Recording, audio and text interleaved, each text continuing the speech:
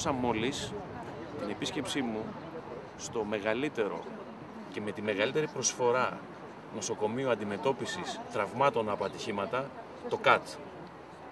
Διαπίστωσα ότι η κατάσταση απαιτεί άμεσες βελτιώσεις πολύ σοβαρής κλίμακας.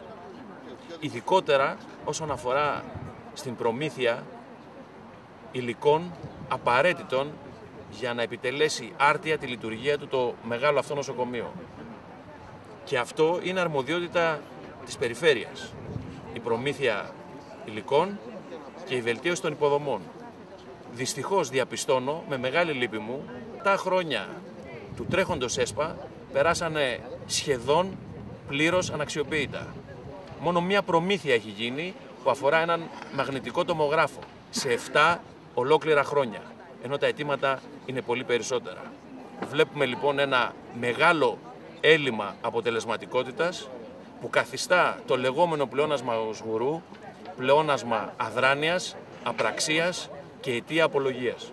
Γιώργος Κουμουτσάκος, 180 μοίρες και η Αττική αλλάζει πρόσωπο.